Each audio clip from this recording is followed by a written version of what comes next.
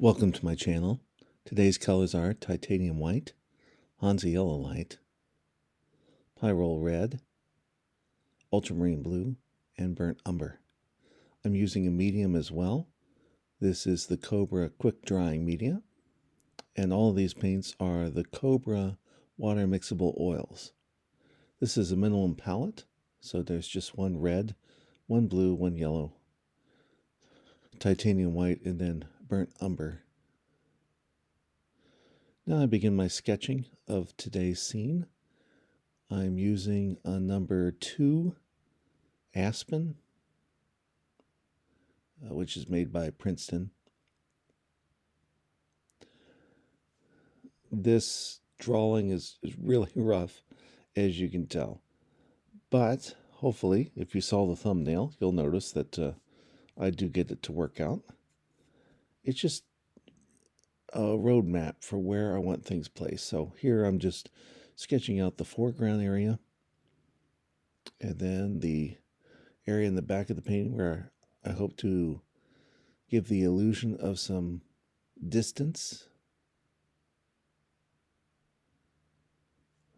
Once again, just sketching in with burnt umber. This area here is going to be an area of trees, and so the focal point today is the painting of water. And so all the shapes in the water are going to be vertical. This is where the tree line is going to go. So there's going to be a mountain behind it and a couple of other tree groupings here.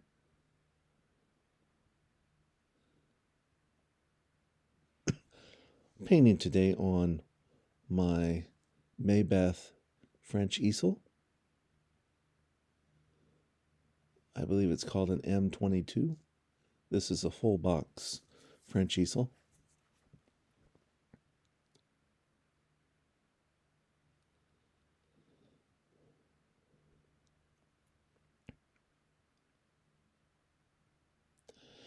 Here I'm just kind of going over that line. I don't want that line to end up showing on the final painting, and so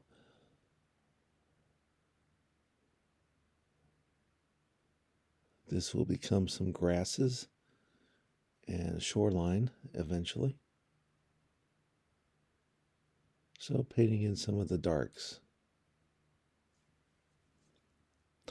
Reminder, if you do like this video, I do ask that you might subscribe to the channel.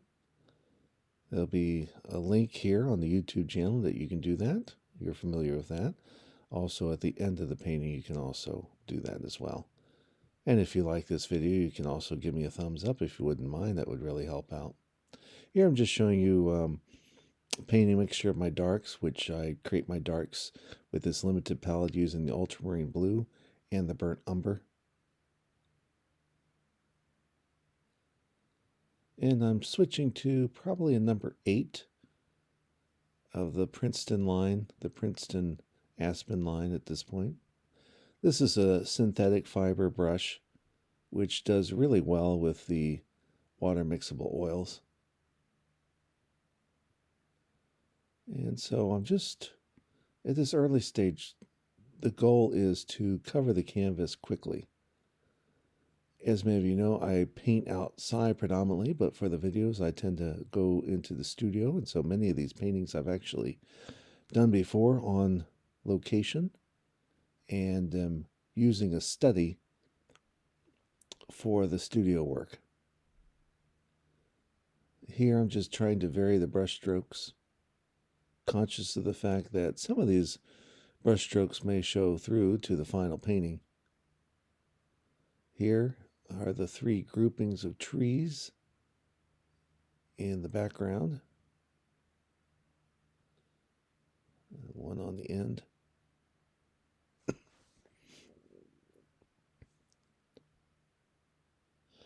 Oftentimes it helps to make sure that your darks are dark enough. You can always lighten up your colors much easier than trying to make them darker. Here, as you think about reflections in the water, It's hard to perhaps see that there's actually kind of a line there, but I'm just taking the brush and using vertical strokes. This will emulate the sense of reflection in the water from the tree line. Notice that the trees are actually a little bit darker than the reflection here. That's something to note.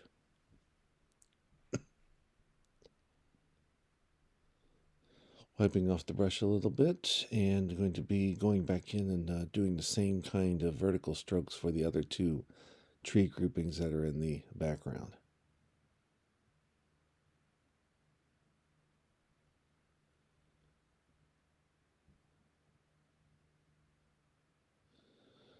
I do use paper towels to wipe off things, and so I use shop towels. I think they're made by Scott. Here I'm beginning to make a mixture of the sky color, which is just titanium white and ultramarine blue. So once I get the big shapes in and the dark color tones, I often will begin to paint the sky. The sky is going to be the lightest of the major ranges of color. Once again, I'm coming in rather dark at this point because I know that I can always lighten it up. And for the sky, I find that also using vertical strokes down works very effectively, especially if the medium that you're using or the paint that you're using is coming right out of the tube. This will cut down on some of the glare or reflections that might distort the color.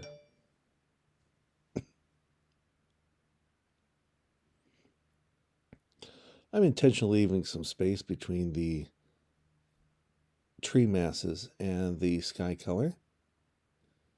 I will go back in later on and most likely put some clouds, and also the shade of ultramarine will get lighter as it gets closer to the horizon line.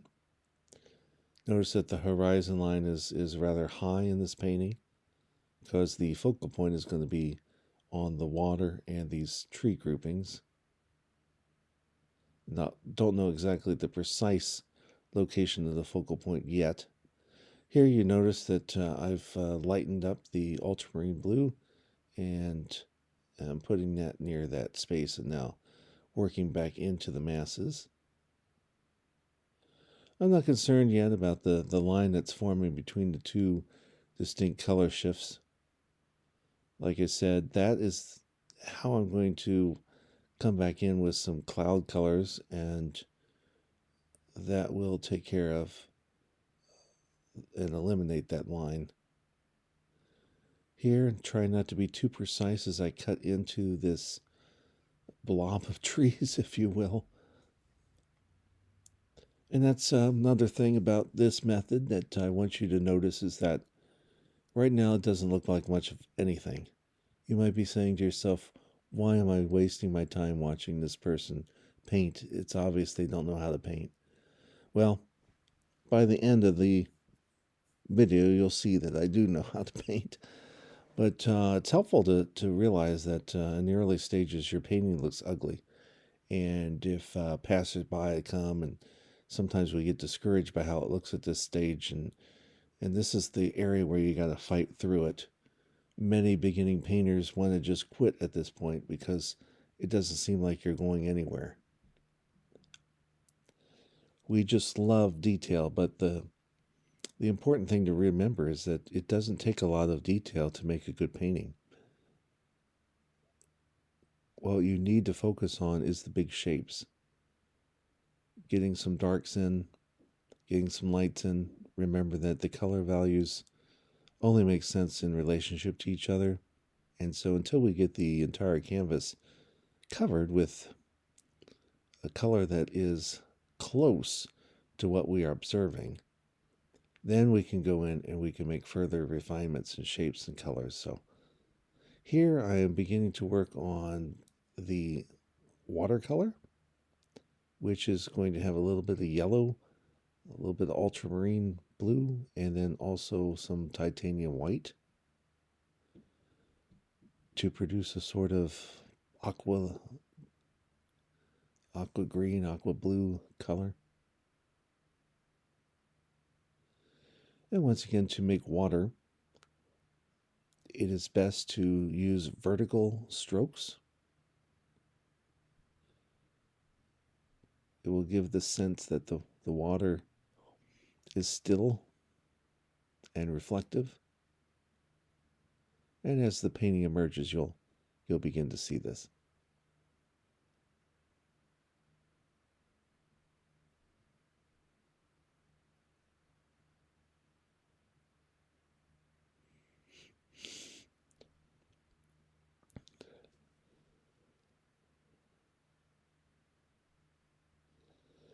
Getting a large enough pile of color.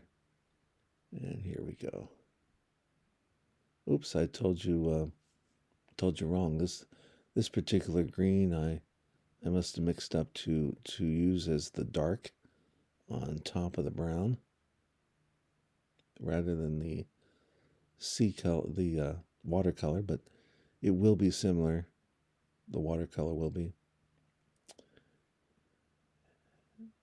Surprising on the video as I'm watching it for this voiceover, it doesn't look as green as it did to me in real life. And of course, that's one thing you need to realize is that with photography, with video, it's one of the reasons why painting is so important is that painting, the colors are different in real life. And so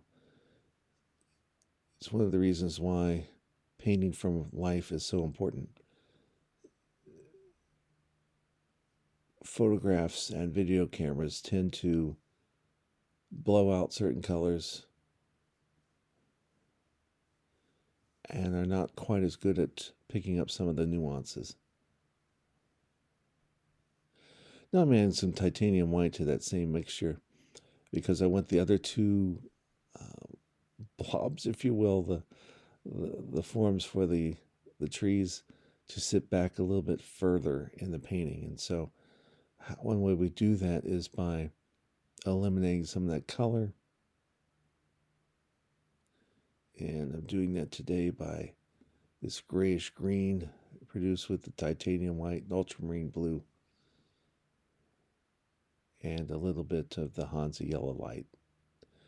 Now I'm getting those reflections into the water with vertical strokes, you see. And we'll refine those shapes further.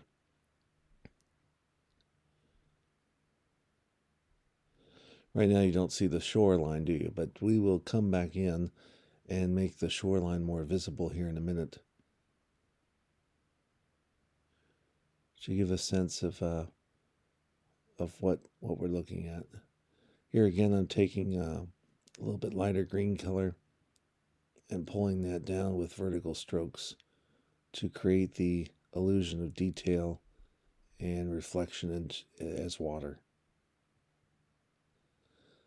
I believe I've also changed my brush. I believe this is an Aspen, the Princeton line, a number 6 or 8 at this point. And sometimes you may want to do that, vary the size of the brush that you're using for variety's sake, if nothing else.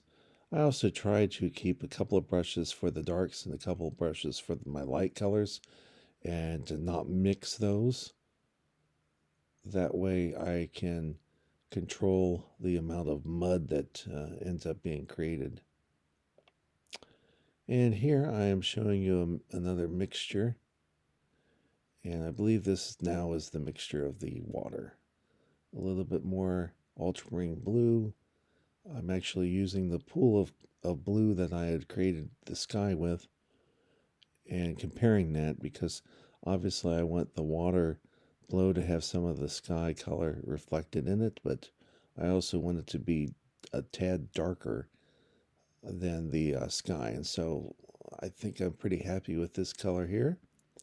And as you can see, to create the illusion of water, almost all the strokes are vertical strokes moving down. And of course, I'm still thinking about covering the canvas completely.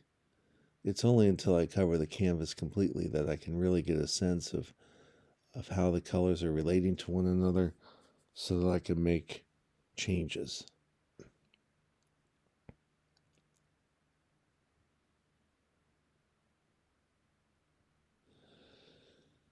And every once in a while, you'll see the brush disappear. I'm getting some more paint, and I'm also dipping it into some clean water. Once again, this is I've made a switch, or at least I'm practicing or experimenting today with water mixable oils. These water mixable oils are from a company called Royal Talons. It is their professional Cobra line.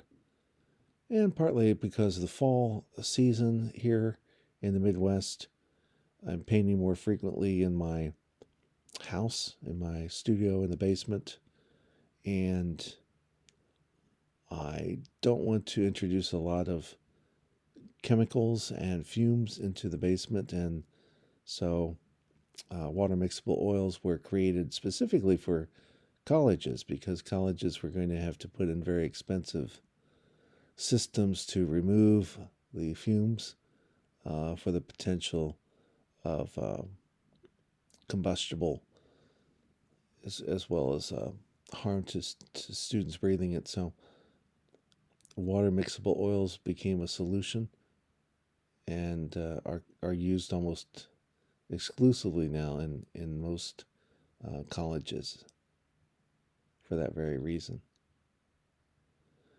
So I'm trying to get used to them. They really do behave pretty much just like regular oils.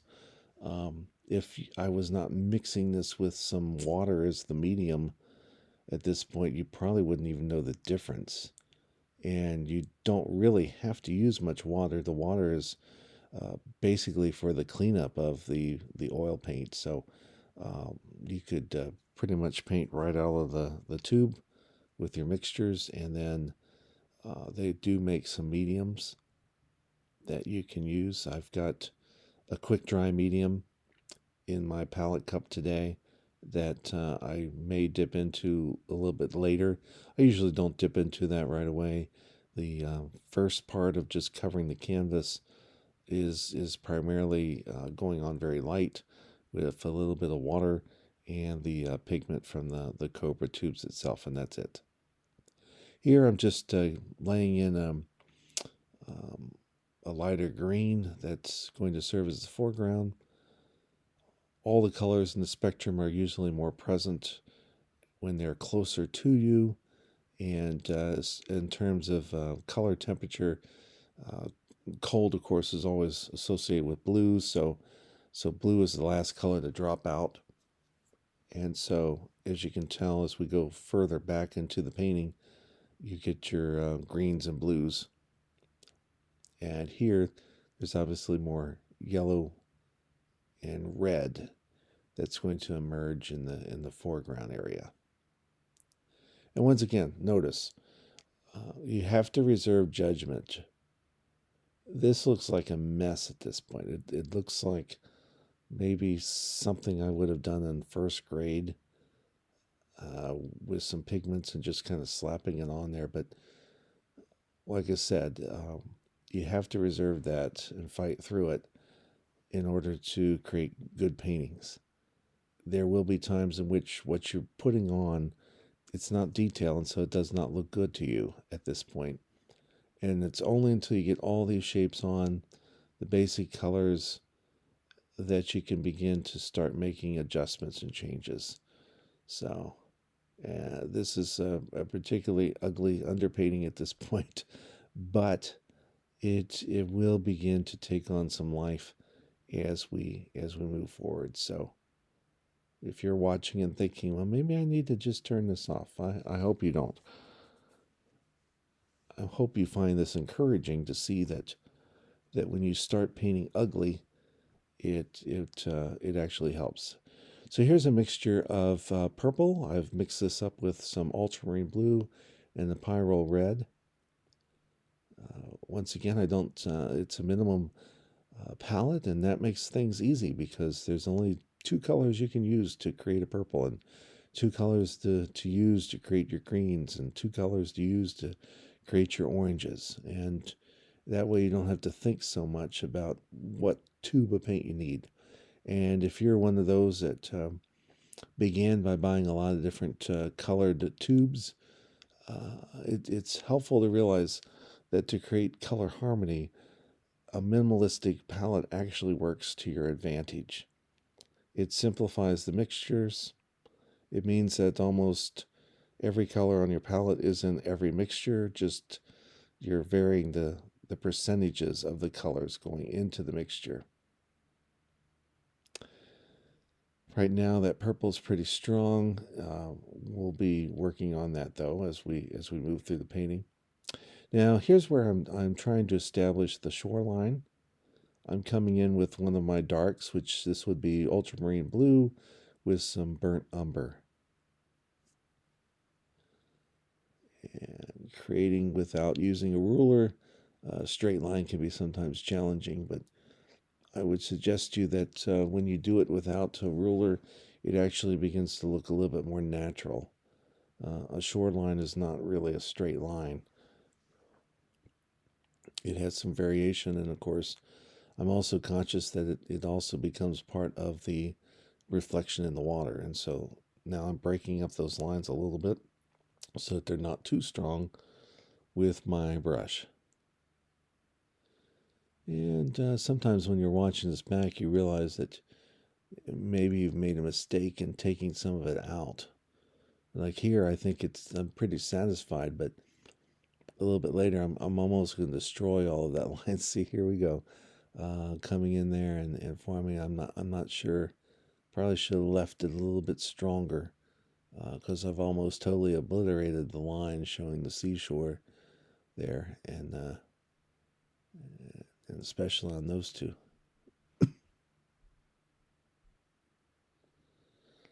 Once again, it's just at this point it's just masses. So we got a couple of masses of trees. We got the image of a potential mountain behind it. We've got the water with the vertical strokes moving towards us. And then we got the foreground composed of some contrasting lighter colors with more yellow and reds in them. But at least now I can tell the differences because I've got all the whole canvas is covered. This is once again the burnt umber. And I'm thinking of this shoreline and wanting to get some natural shapes here. And you'll notice I'm holding the tip of the brush as I do this so that I can get some loose strokes of paint on the canvas. By the way, I'm painting on a canvas panel today. This is a 11 by 14. And notice, even though it's loose, it is beginning to provide a little bit of detail. The suggestion of some of the dirt and the soil being moved by this water as it comes towards us.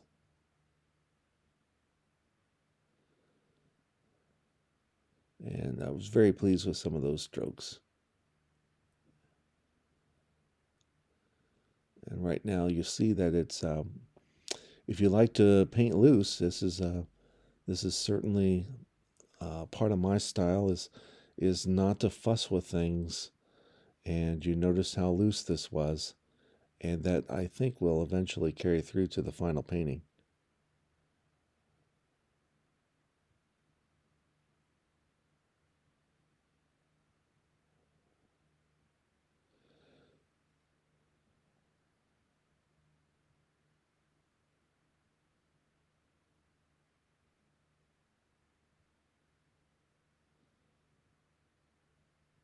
Now I'm working on another mixture. Here we go.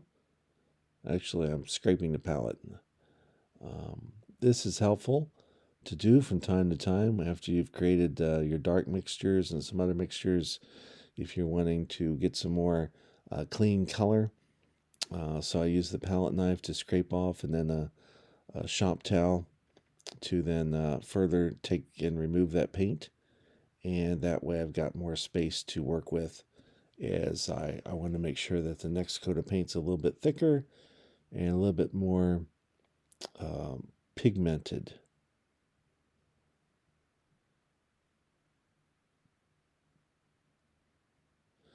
Now I'm taking some titanium white, a little bit of Hansa yellow into that titanium white, and this is going to become the clouds. So once I cover the canvas, I will often then start from the top and work my way down to the bottom of the canvas. And so here I'm introducing, and notice how I'm holding the brush from the tip again, and just kind of touching and getting some random shapes on the canvas. Notice how loose the strokes are, so that way some will show through. When we labor too much on the clouds, I think we make them look less natural than if we just do something like this and just kind of stick them in there. Of course, on the reference photo, I couldn't actually tell you if the clouds that day were looked exactly like this. I tend to want some drama in the sky, so even when the sky is just perfectly blue with no hint of clouds, I will often put them in as a way to break up the color, because I find that breaking up the various colors into smaller shapes provides interest.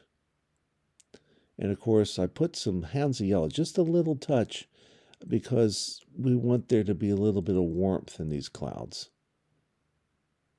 Titanium white by itself, you should never really use titanium white just by itself. It's such a cold color that there are very few scenes that would actually call for that. Here, I'm just trying to get a kind of randomness in the clouds, going back over that color with a dry brush at this point that I've switched to. I'm making sure that certain parts of that titanium white and Hansa yellow mixture are thicker in places than others, and a sense that the clouds are getting thicker as we move across the panels. So as we get into this darker shape, you'll notice that there's more clouds that I'm leaving there. And here I'm just kind of touching the canvas with the color. And of course, clouds do not stop at the edge of the canvas, do they? A lot of beginners fail to remember to make clouds look realistic rather than as cotton balls. You need to run them off the top edge and the side edges, at least some. Otherwise, they won't look very realistic at all. Although I'm not a realistic painter, I certainly don't want to have cotton ball clouds. You know what I'm talking about, which kind of look like circles and are self-contained in the space that you're allowed on the canvas. And you got to remember that this is just a small section of what you're actually viewing when you're painting. So don't be afraid to move those clouds totally off the page. Now here I'm making a lighter purple. That purple is way too dark. I want it to be a part of the painting that draws your attention in, so that there's a sense of distance here. So I'm creating that distance by lightening up the value of the purple mountain behind there. I'm also thinking about the fact that I want to run some of this mountain behind that big blob of trees, so that it gets some variety there and it doesn't stand out so much as just a big green blob as it is now. And of course, some of the deep purple at the very bottom of the mountain makes sense that would be a little darker, and so I'm leaving a little bit of that alone, even as I refine the shapes of that mountain. And you can do this now by cutting into what's already there. So here I go. I take that purple and begin to cut it in so that you can see that it's behind these trees as well.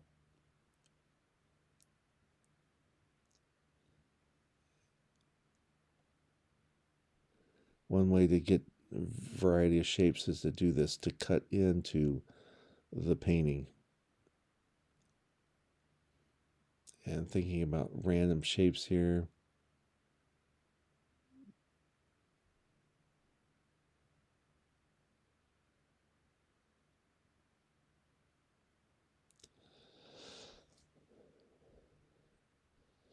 See how that already brings that forward to have that purple. And I think the purple works with the sky colors. So pretty pleased with that at this point.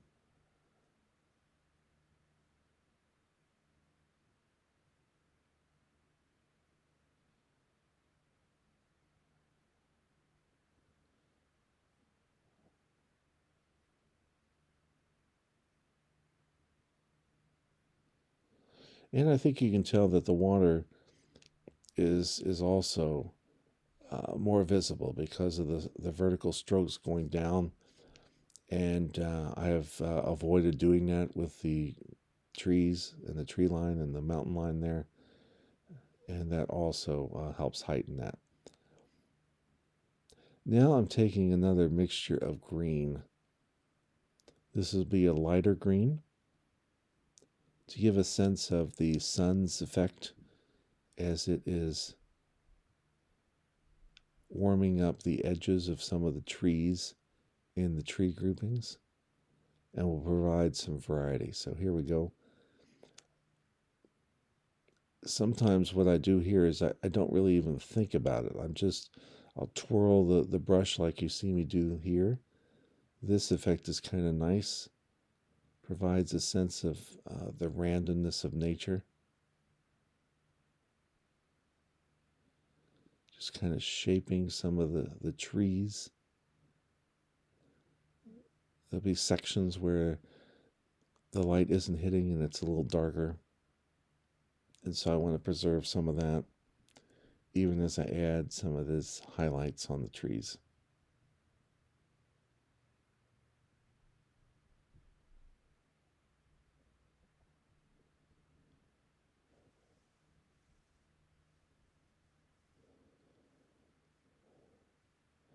Once again, you'll notice this is not a lot of detail, but what your eye does, it begins to read these more as trees. It notices the contrast between the lights and the darks.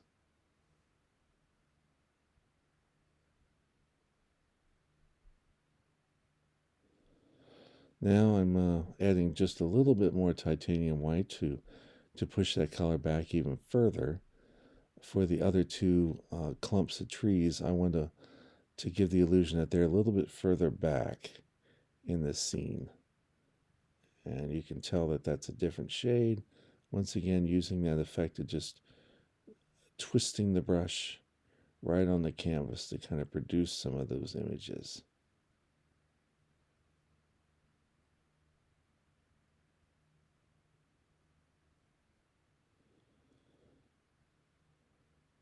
It's also important that at various times to step back from the painting and see what it looks like.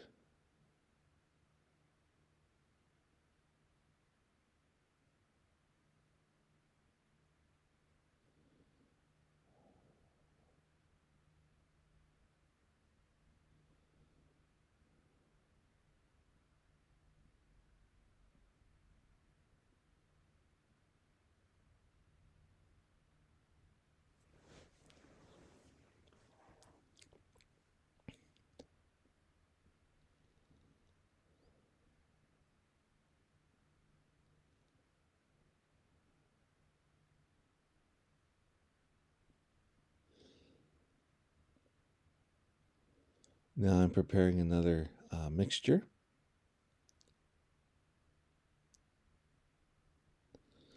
This is a light brown that's being created by mixing together all three primaries, the Hansa Yellow Light, some ultramarine blue, and then some pyrrole red.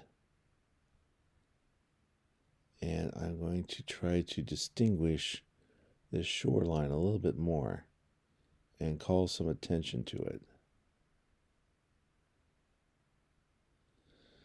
You know how on most shorelines it's darker where there's actually water, and when the ground is not touching the water, there is sort of a contrast there, and so that's what this is going to represent.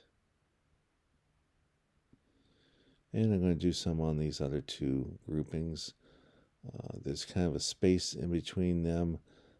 This is kind of like a little island or inlet with these two clumpings on them. You can see how the water goes a little bit past and beyond those two spots. I was pretty happy with that, and but yet felt like I lost some of the darks in putting that on. Pretty soon you're going to see me go back in with a palette knife. Here we go. And try to soften that up a little bit, create some more randomness. And in some cases, it looks to me like I just kind of obliterated what I had already done. Here, just trying to reduce the sense that there's an actual line there, softening it up. I do the same on this section there.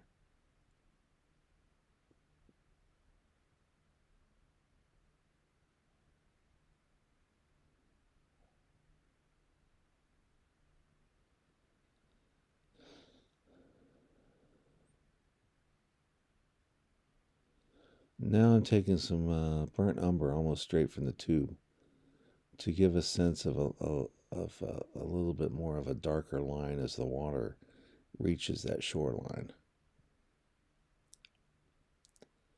And sort of like how that pulls the eye towards it. So I'm continuing that. Here I made a mistake. That's way too dark. But it does provide part of what I've decided is going to be the focal point, which is going to be that distant shoreline over there.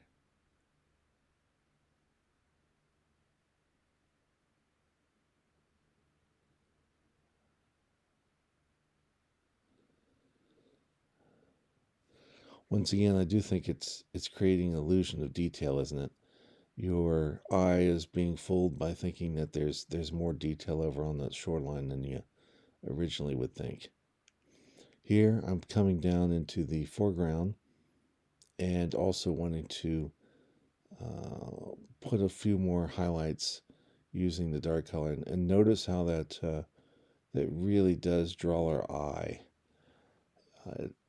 to the foreground at first, but more importantly, it also attracts our attention because it's the same color on the other side of the painting, the other side of this body of water. And so it pulls the eye into where I'm thinking of having the focal point.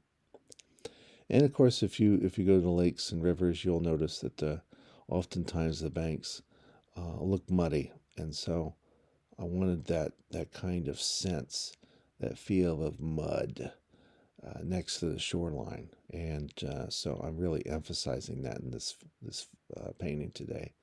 Now I'm taking the palette knife, and I was just moving across the water surface and pulling the paint down a little bit more. But at this point, most of that was actually fairly dry, so I didn't have to do too much of that. Do you get a sense of the water and the reflections now, with a little bit different shades representing the clouds? And of course, it's not as light as the sky. Now I'm taking a little bit of a whiter, more burnt umber, and a little bit of titanium white, and creating a few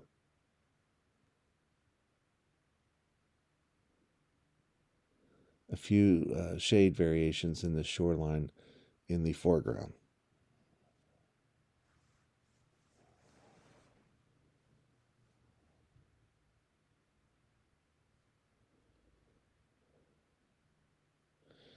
And as I look at it now, I could have almost left the foreground like this. I think there's enough going on. It pushes our eye towards the other shoreline. Could have very well have left this alone, but felt like it needed some additional color. Oftentimes, when you're thinking of color on a minimalist palette, you're thinking about the colors that you have to mix: the oranges, the purples, and the greens. And right now, you'll notice what is absent from that list. Well, there's no purples yet. And I'm conscious of the fact that purple next to the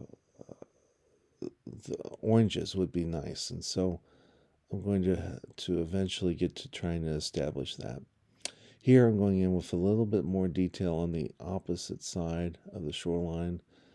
A little bit too much titanium white there, and I'm understanding that, and I'm going to kind of scrape that off or use a paintbrush. Oh no, I used the palette knife to kind of refine that a little bit. This here is meant to be the area of interest or the focal point, but its value is too light, as you can tell, so I'm going to be fixing that at some point.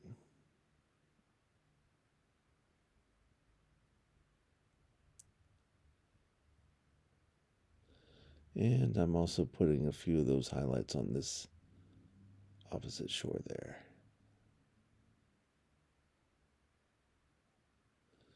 Actually, that doesn't look too bad right now. It's suggesting that the sun is shining on those two shorelines a little bit more intently than anywhere else in the painting. And here's where I'm going to make the decision to get some oranges into the painting by establishing some longer grasses in the foreground. So this is a pretty intense orange I've got, but I'm using the Hansa yellow light and the pyro red, and I'm also mixing in a little bit of the burnt umber to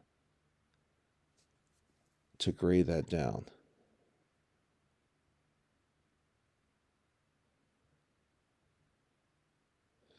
And pretty soon I believe you'll notice that I'll switch brushes. I'm going to pick up the rigger brush, which is a very thin, long brush that is wonderful for creating branches or telephone lines or other types of details. Here, though, I'm going to just put a little dash of orange, partly because I've got those purple mountains there, and orange as a complement will kind of make the purple pop. And so I'm placing it on those shorelines to establish those once again as the focal point. It also is toning down a little bit of that titanium white that I'd put on earlier. And oftentimes, if you're going to have a little bit of orange in one section of the painting, you need to have it someplace else as well.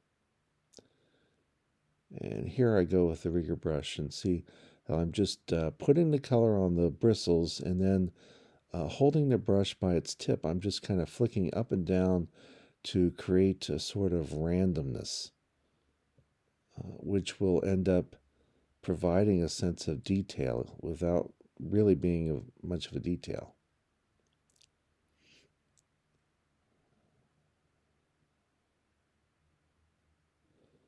Notice how that particular orange I was impressed with. It doesn't stand out too much, but it certainly provides some color in this painting that I think ultimately helps it to stand out more and draws your eye to look at the orange here and then to go to the shoreline in the in the far section of the painting. Once again, just giving the brush a flick with some paint, and then going back and filling up it with some more paint. Usually along a riverfront or a lake, you'll see a lot of wild grasses growing. It's not finely manicured lawns, but rather a sense of nature's randomness. And so that's what I'm trying to create in the foreground.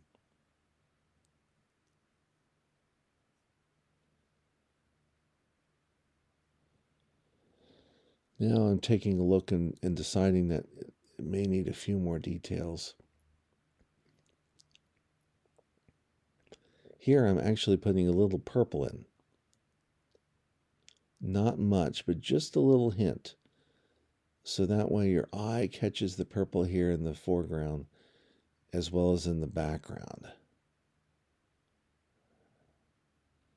I'm not trying to compete with the focal point, but I want to give the eye a sense of that color here.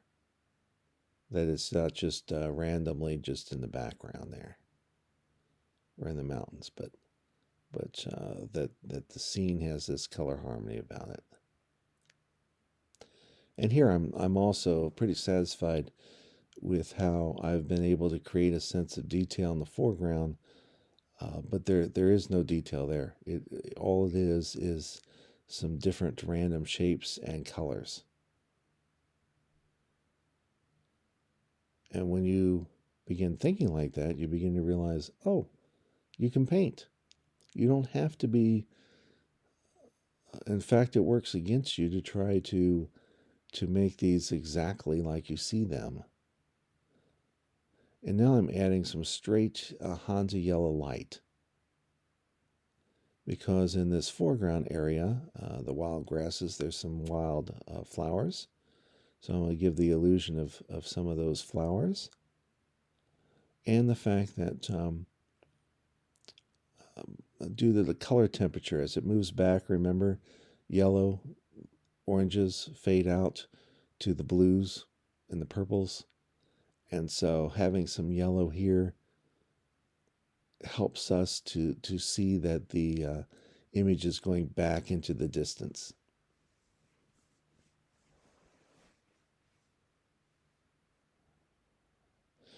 Now I'm putting some burnt umber back into the painting here to separate some of the color that I just put onto the canvas. Once again, notice how that gives the illusion of some taller grasses and vegetation that's growing along the shoreline. Yeah, and I've left a little space there. Do you notice that? In about the middle of the canvas there, so that you have a sense that you can still walk up to it or walk through it. And so I'm leading the eye to that spot, and then to the water and across the water to the shorelines and mountains.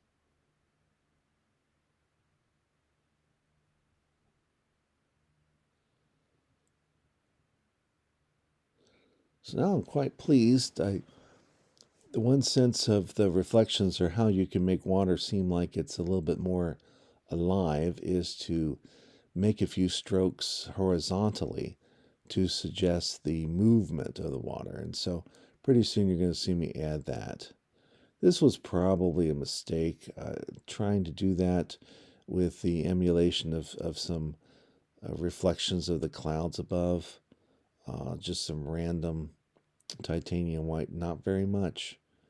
Otherwise, it will cause your canvas to have kind of a cloudy feel to it. And pretty soon I realized that maybe this is not the best. But it was so light that I put it down. I'm able to come back in and soften that up with the palette knife. I'm going to take and create some horizontals and soften that. And I'm going to further do that with a dry brush in just a minute. And you'll find that you do this too. You may lay some paint down and wish you hadn't. The good thing is that oils are pretty forgiving. So I'll take this dry brush and I'm going to basically erase some of the sections I just put down. See how I'm doing that? I'm at least toning it down enough that it doesn't become a distraction. I don't want you to be focusing on this part. I want to give the illusion that there's a little bit of depth in this water and that it's also picking up some of the reflection of the clouds. Yeah, I think it actually turned out not too bad there. And then I'm going to take the brush with some and just kind of create some horizontals here to give you the sense that the water is flowing. And notice how I'm doing that. And then I need a couple near the back. Kind of call your attention to it. There's one. There's another one. Putting it close to the focal points to call your attention to look back towards that. Hopefully that gives you the sense that this is water moving. I wanted to get rid of just that one big line. Suggests that there's something there. And notice that particularly pulls you back to those lighter shorelines that really stand as the focal point of this painting.